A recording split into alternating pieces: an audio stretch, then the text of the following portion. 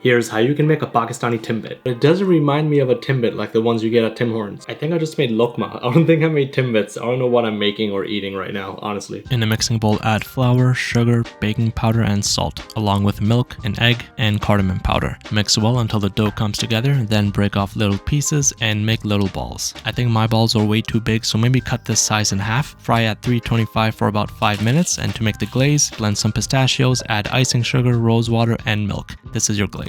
Now just dip your balls into the glaze and let them dry. That's pretty much it. You know, the main difference with this is that it has more of a crispy outer shell and then it's soft on the inside, where a Timbit, it's really soft all around. It doesn't really have a nice crisp on the outside. So I'm not sure how Tim Hortons makes theirs so soft. Kind of reminds me of the Turkish dessert called Lokma, which is their version of a sweet fried dough ball. I didn't use any yeast in this, so it's not really as fluffy. It's sweet, it's a little bit floral from the rose water. It has a bit of a crunch from the pistachios and that golden shell. It's quite good. I would give this a 8.1 out of 10.